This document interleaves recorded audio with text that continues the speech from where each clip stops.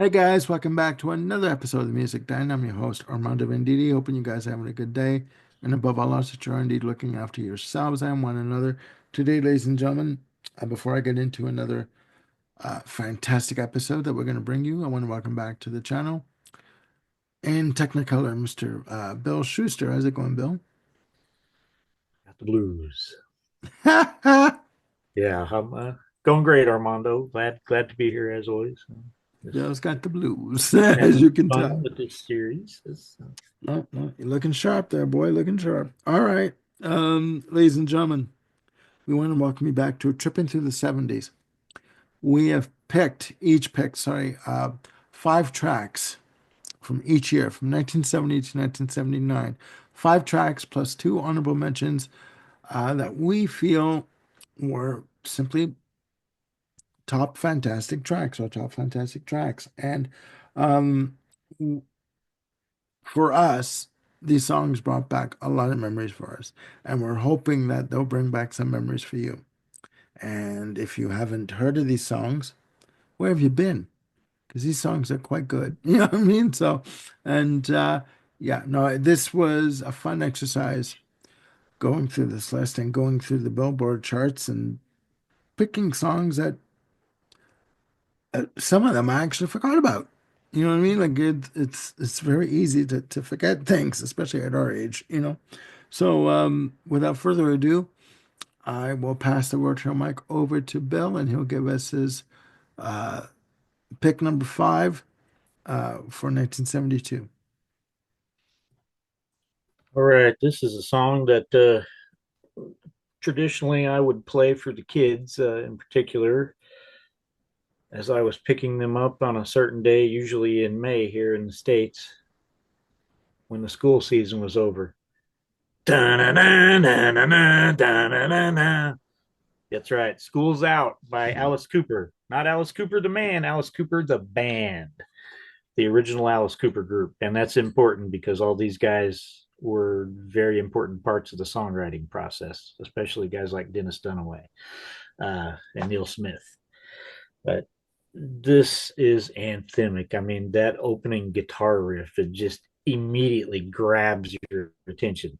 Oh yeah. Uh, I mean, I think the School's Out album is weaker than the Alice Cooper albums that surround it, but this song alone could carry it. Oh This yeah. is the anthemic Alice Cooper song. I mean, for obvious reasons. I mean, the whole school's out idea, kids everywhere are going to be all over that.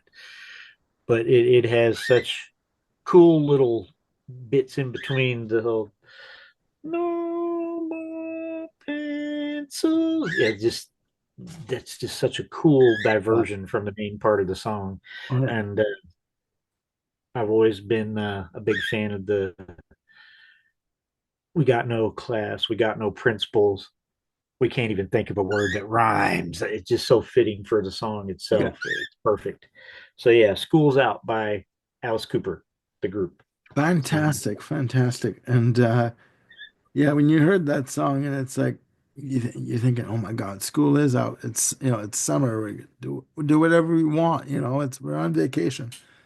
But fantastic, heavy track. Heavy is all get out. That those guitars, man, holy shit.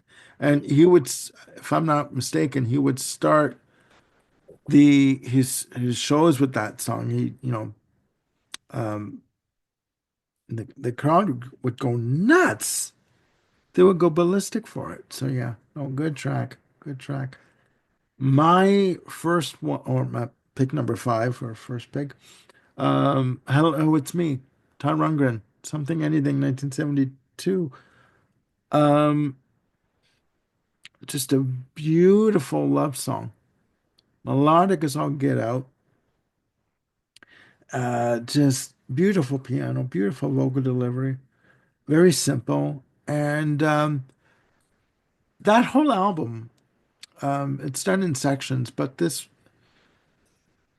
is perfection confection, a pop confection. I do like the way that it starts because it has like a false start on the album version. And it's sort of like on the lead out on the fade out on the lead out part. Uh, it almost goes into like, like he's talking to like the people in the control room, like, did we get the take? Are we okay? Like, can we cut it now? So, but within the false start, between the false start and the final outro, you have the song in proper. I think it's beautifully done. I think to me, when I hear that song, it's like, kind of songs are visual to me. They conjure up visual memories to me. And to me, when I hear that song, I'm thinking like I'm like at home. It's a rainy day. You've got the stereo going. It's like a Saturday afternoon, and you get like a phone call from a friend, right? Wanting to talk to you that hasn't talked to you for a while. It's the song is more romantic in that, and in the lyrical content. But that's what it conjures up to me. I'm not, I'm nuts, right? But there you go. That's what I remember of it, and that's what it makes me think of. So, hello, it's me. My first position 5 on my list for 1972. Great song. That's and the cool but perverse thing about Todd Rundgren is he could knock off 100 songs just as pure pop catchy as that if he wanted to, but he chooses not to. Yeah, yeah, So more power to him as an artist, but yeah. man, we No, could get into some more of he those songs. challenges himself, Yeah. right? So, yeah, All right. Yeah, great choice. Um, my number four. All right, this is one of those weird ones, one of these odd little factoids that's always kind of irritated me as a fan of this artist. This guy is known as a songwriter largely, but his two biggest hits were by other people. One of those was a Fred Neil song called Everybody's Talking from the Midnight Cowboy soundtrack. The other one is this gorgeous song, which I promise I won't torture you with my falsetto, Armando. It's a Badfinger song, but this is Harry Nilsson doing Without You. No, I can't forget this evening, all your faces you were yeah, leaving. When he gets into the high notes in the chorus, my God, that's transcendent. This was before Harry broke his voice in his bad times with John Lennon in the early 70s there. yeah. But The Lost my Weekend. Yeah, God, yeah. But at this point in time, whoo, that man could sing. And he could write too. It's just too bad that as I said, his two biggest hits were written by other people. It's weird that yeah, this is perfect. Other people have done it. Hart's covered it. Mariah Carey's covered it. yeah. So Mariah Wilson Carey. and Mariah Ooh, Carey are great voices, but they can't top Harry. yeah, This is the yeah. version. Yeah, Harry Nilsson, my God, there there's a prime example of self-sabotage. Yeah, unfortunately, yeah. And there's a documentary out there on YouTube called Who is Harry Nilsson? Check it out. Yeah, highly recommended. You will not be disappointed. I swear to God. I promise you. Oh my God, yeah. Um, okay, my next one, number 4 on the list, American Pie, Don McLean. Classic. Talking about the day, the music died, the death of Richie Valens, the Big Bopper, Buddy Buddy Holly, Holly. but Yeah. also the references of growing up just as a kid in the 50s and 60s, and even the lyrics, helter skelter in a summer swelter. Uh, the birds went, flew for the fallout shelter. Um, the Manson references there, but just a beautiful track, 8 minutes plus.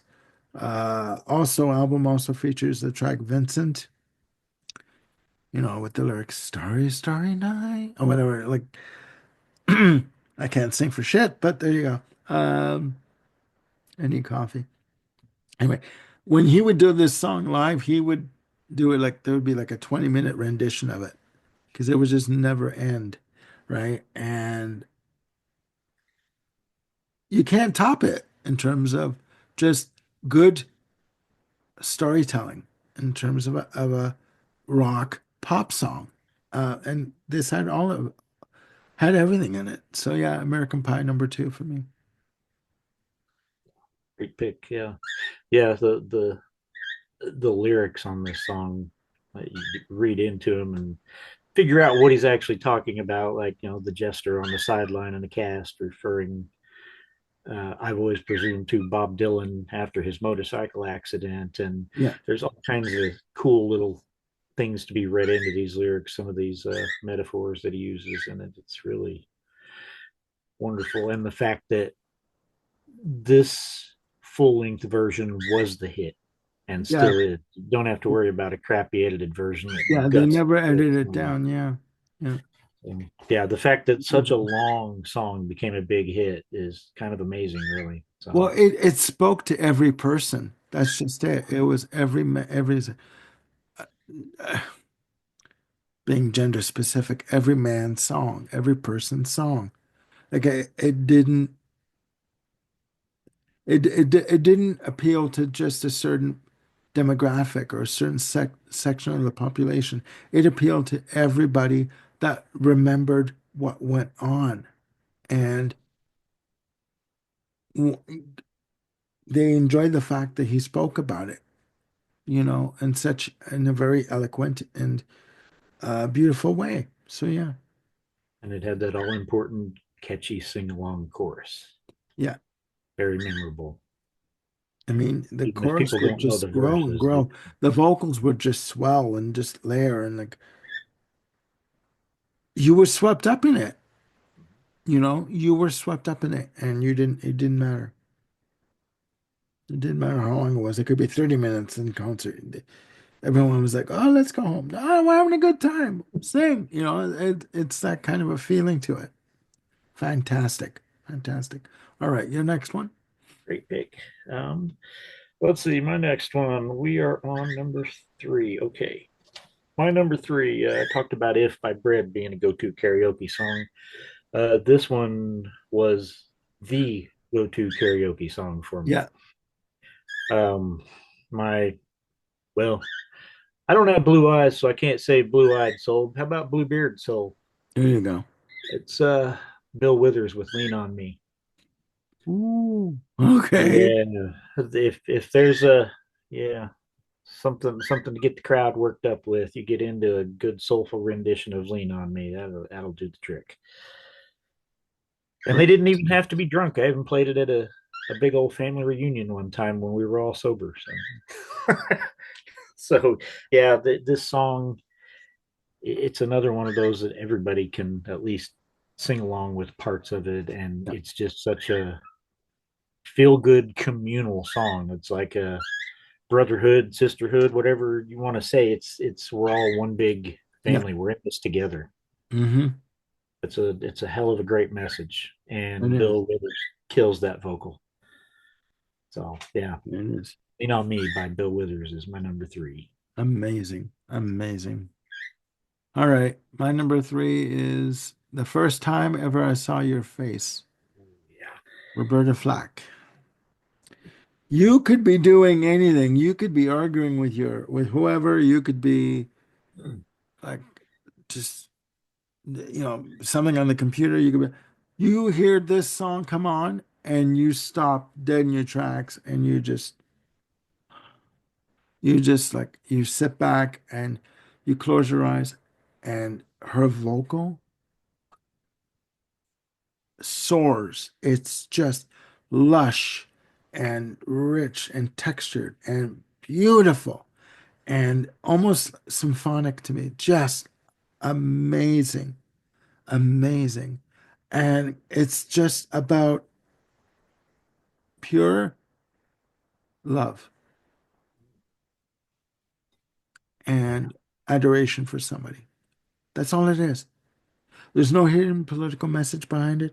There's like, oh, I want to get in your pants. No, it's the thought of you, the sight of you just stops me cold and affects me in that way. Beautiful. I'm sorry. That's all I can say. It's a beautiful song. And, you know, I mean, I decided when I did this list not to pick songs that, you know, you know, the old reliables, you know, like the typical ones. This is the stuff I grew up on as a kid and remember hearing at 3, 5, 4 year old, kid. I remember hearing this stuff. It is simply majestic, beautiful. It's Roberta Flack. Rest in peace, my dear. Like, just amazing. Just amazing. The simplicity is part of why it works so well because it is so stark. So it doesn't have bells and whistles, and it No, doesn't that would ruin the song. what you hear are the bare bones of it. Yeah, Yeah, and it's mesmerizing. You just yeah, have to stop. It's like whispering to someone rather than yelling at them, and it makes them stop and pay attention and listen. And that's what Roberta does here. And yeah, masterpiece. yeah. Yeah, Yeah. I'm sorry, I get emotional when I think about it. I just it grabs you, yeah, right? it's chilling in a good way. Yeah, Uh, yeah, very much so. Your next one? all right, let's see here. I'm at number two, right? Yes, number two. Yeah, yeah. Okay, I'll try to make this long story short. Too This late. song is instrumental in getting me into music. I mean, I grew up in a musical household. My parents are music lovers, and I still have some of their records behind me, and yada yada. But an 8 track when I was about 14 came into my possession. It had 8 songs. None of them were by this original artist. They were by a guy, recorded by a guy called Lad Hooker. No lie, Lad Hooker. Lad Hooker sang 8 of Elton John's greatest hits on this 8 track. But eventually, I got Elton John's actual greatest hits album, the original one, to start me on my long journey with Elton John. But the song that stood out to me then, probably his signature song, is Rocket Man. Okay. Now it's probably my fourth favorite song on that album, Honky Chateau. I still love it, and it's still very important to me historically. Mhm. Uh, it's like I said, it's instrumental in me becoming the music fan that I am. So it's very important to me in that way. Yeah, good one. That's a good one. Yeah, I mean, they literally named the freaking movie after this song, Yeah. so obviously it's considered pretty Uh, important. that was a good choice, Bill. Rocket Man. Oh my God. I forgot about that one actually. And I have the reissue of it on CD, so I forgot about that one. Well, it's a good song. It's a good song. Um, all right. My number two is Layla by Derek and the Dominoes. What? Oh my God. Classic song. If not for the end, like the midsection when the piano comes in, the instrumental Mhm. section. When I first heard that, I thought it was actually Bruce Springsteen in the E Street Band. But um, and of course there's the remake of, like with Eric Clapton unplugged, but the original is always the best. Yeah, Amazing guitar, just heartfelt vocals, thinking about his beloved Patty, who used to be married to George Harrison. What a tangled web that was. Um, what a muse she was for both George and Eric. Some of the greatest exactly, classic rock exactly, songs ever written about Patty Boyd. exactly. Patty Boyd. That's right. Her last name was Patty Boyd. Sorry. It's been one of those mornings, guys. And it's only coffee that I'm drinking. I promise. But no, it's a classic track. Um, and actually, I heard Layla Dunn used in Goodfellas, right? But they only played the midsection of the piano to the end. They didn't play the first part. Um, Classic. Yeah, that's my number two. Essentially, two songs stitched together, but it works very well. Yeah, Um, it does. that's another one of those my self imposed rules. Uh, for this list, I chose not to include any songs that were like released originally years prior and became a hit later. Hmm. I mean, this is only a few years past, not much, but Yeah, it was enough for me to kick it to the curb. Otherwise, it probably would have been in here because it's probably the single best song that Eric Clapton ever did, frankly. yeah, yeah. I mean, I think it's the one and only studio album that they did. Yeah, Derek and the Dominoes, just, yeah, that was it. Jeez. Yeah. All right. So that's All my right. number two. Your number one? My number one is a repeat of one of yours. It's Don McLean with American Pie. We've already discussed that one in a fair amount of depth. I mean, just yeah, Yep. this song pretty well defined the year for me here. Apparently, it's epic and Yeah. never gets old. I always want to turn it up and sing along No, it's anytime. true. And yeah, and of course he did like the remake Madonna did in the 90s. You know, I But like a lot of Madonna stuff, but that one can die a quick death and just disappear, frankly. well, especially when you've got Rupert Everett on the on backing vocals. Um, yeah, we won't go there. All right. Uh, So my yeah, number next, one was American Pie. yeah, there we go. American Button upside. My number one is a repeat from Tom Rundgren from Something Anything. I Saw the Light. Lead off track uh, on the album. Just a beautiful, well-crafted pop song. You know, I don't think I mean, I think everybody know, obviously people know him as a producer, etc., but I don't think people really give him credit as a pop songwriter. I'm probably going to get blasted in the comments for this. Are you fucking nuts? Of course he is. But I think it's just a really well-crafted pop song. Harmonies and just you could tell he was having fun doing this.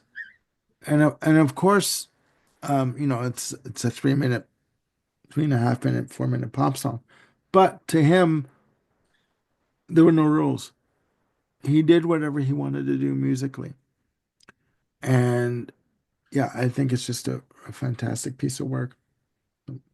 Perfection Confection again. So yeah, that's my number one. I Saw the Light. Todd Rundgren, Something Anything from 1972.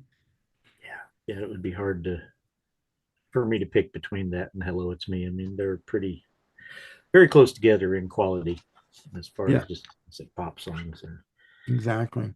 great pick. Exactly. All So your right, first honorable mention? it's another repeat. So far, this makes the third year in a row here, the third episode in a row that we have two shared songs. And I want to again, go on the folks, record as don't saying compare lists. yeah, we have not compared any of the lists. Sorry, that before we started taping these. So okay, So go ahead. the repeat is Roberta Flack. Oh First my time God. ever I saw your face. Yeah, and we And where talked have about I heard that it. before? Yeah, amazing, amazing song. Yeah. So I don't want to belabor the point. We talked about it quite a bit. So, what is your first honorable? Without You, Nielsen. All right, now we have Um, three crossovers for yeah, the I first. know. I know. I love this song. I love his delivery. Um, there's a story of him having a meeting in a restaurant or a coffee shop with Richard Perry, the producer, about something to do with the album that they were working on, which would be, um, Nielsen Schmilson, I think it is, uh, with this song. And they realized they were running late and they ran to the studio. They had to go to the studio. And he delivered the vocal on this song after that meeting with Richard Perry. But the vocal is just so fucking powerful and emotional. Um, the only person that came close to delivering the same kind of vocal delivery for me was Mariah Carey in '94 when she did her version of it. Um, but again, beautiful, beautiful song. And I do believe that the topic of the conversation with Richard Perry was that he didn't want to do the song. And Richard's like, look, we need a hit for the album. We need another song. This is going to be it. This is going to do it. And he's like, I don't see it. I don't see it. But okay. And he goes and he delivers it, and it's just fucking killer. But yeah, that's my first honorable mention. Without you, Nielsen. All right, so we got three crossover songs here. Yes. All right, my this one is pretty much a one-hit wonder, uh, and it is one of those smalty, cheesy, perfect little pop songs. It's Climax with Precious and Few. Precious and few are the moments we two can share. Yeah. Yeah, I remember the video of like seeing a performance of that, and all I could think of was he needs a haircut. But that's another.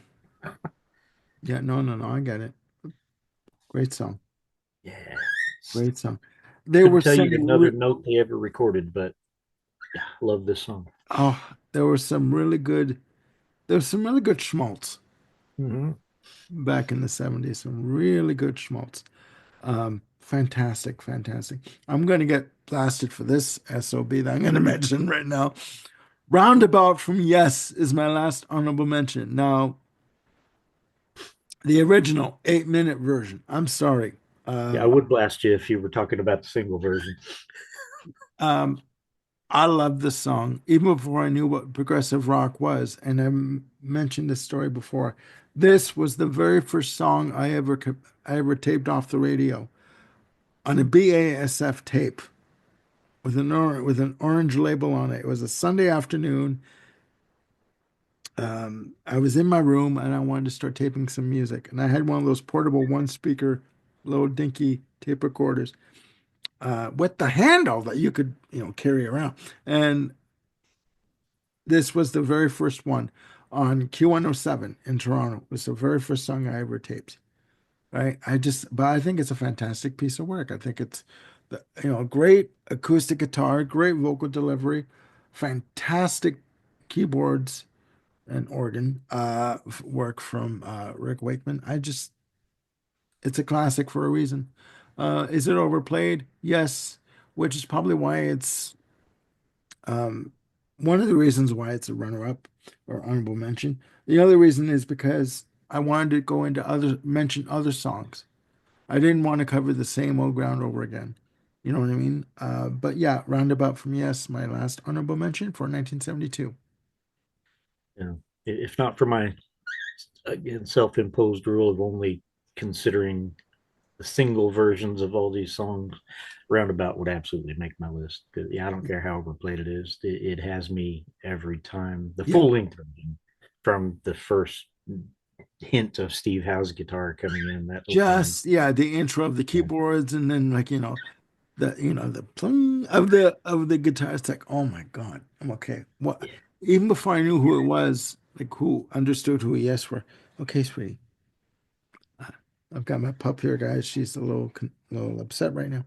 But even before I understood what progressive rock was and knew who Yes were, this was a classic to me. I love the track.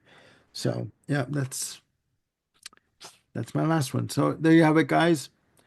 Tripping through the 70s, 1972, our top five tracks of 1972 plus two honorable mentions.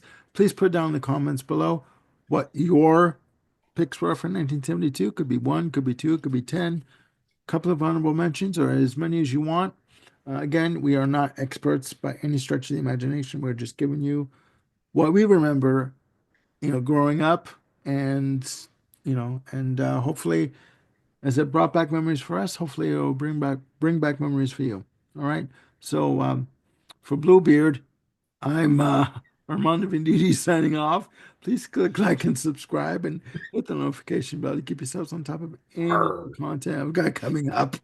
Uh, we will be back with Tripping Through the 70s, 1973. All right. Bye for now.